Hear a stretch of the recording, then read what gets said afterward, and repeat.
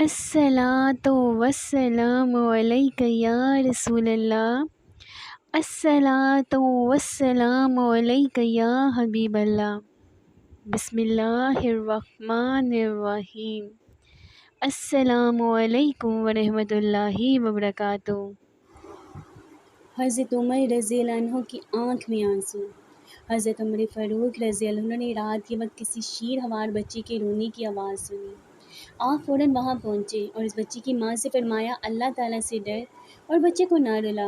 یہ فرما کر آپ واپس ہو گئے، لیکن جب تھوڑی دیر کے بعد پھر گزر ہوا تو دیکھا کہ بچہ بدستور رو رہا ہے۔ چنانچہ حضرت عمر فاروق رضی اللہ عنہ نے دوبارہ اس بچے کی ماں کے پاس گئے اور اس کو پھر وہی بات کہی، اللہ سے ڈر اور بچے کو نہ رلا۔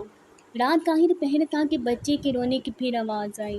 اب تو حضرت عمر رضی اللہ عنہ کو بہت غصہ آیا اور انتہائی جلال میں آ کر اس بچے کی ماں سے فرمایا، خدا تمہیں پوچھے تو کتنی بے رحم ماں ہے، آخر بات کیا ہے کہ تیرا بچہ چپ کیوں نہیں ہوتا؟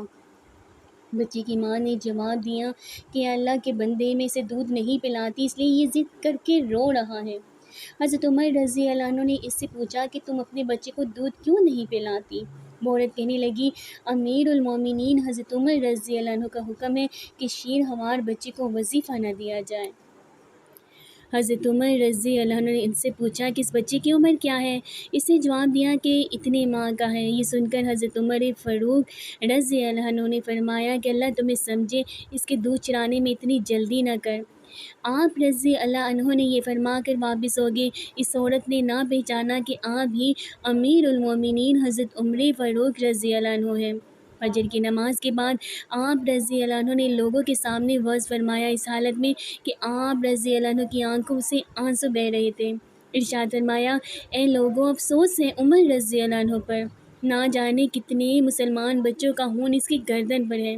اس کے بعد یہ اعلان فرما دیا کہ اپنے بچوں کا دودھ چرانے میں جلدی نہ کرو، میں ہر مسلمان بچے کا وظیفہ مقرر کرتا ہوں۔ اس کے بعد حضرت عمر فاروق رضی اللہ عنہ نے ہر نمول کا وظیفہ 100 درہم مقرر کیا، اور جب اس میں ذرا شعور پیدا ہو جاتا تھا تو 200 درہم کر دیتے تھے، اور اس کی بلوغت کے بعد اس میں مزید اضافہ ہوتا جاتا تھا۔ جب کوئی لاوارث بچہ لایا جاتا تو اس کا وظیفہ 100 درہم مقرر کیا جاتا تھا، اور اس کے سرپرست کو حسب ضرورت ماہانہ رقم الگ دی جاتی تھی۔ بچے کی رضاعت اور نفقے کا بیت المال کفیل ہوتا تھا۔ اس کے بعد سال کے سال دوسرے بچوں کی طرح اس کے وظیفے میں بھی اضافہ ہوتا رہتا تھا۔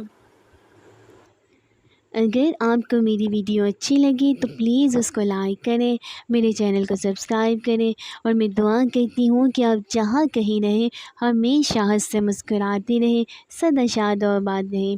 اللہ پاک نے ہمیں ایمان والی زندگی دی ہے، اللہ پاک ہمیں ایمان پر موت بھی عطا کرے۔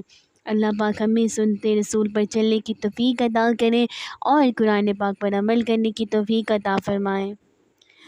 اللہ رب العزت ہمیں اور ہماری اولادوں کو اپنے پیارے اور فرما بردار بندوں میں شامل کر دے، آمین ثم آمین یا رب العالمین۔ ملتی ہوں پھر آپ کے ساتھ نیکسٹ ویڈیو میں، فی امان اللہ۔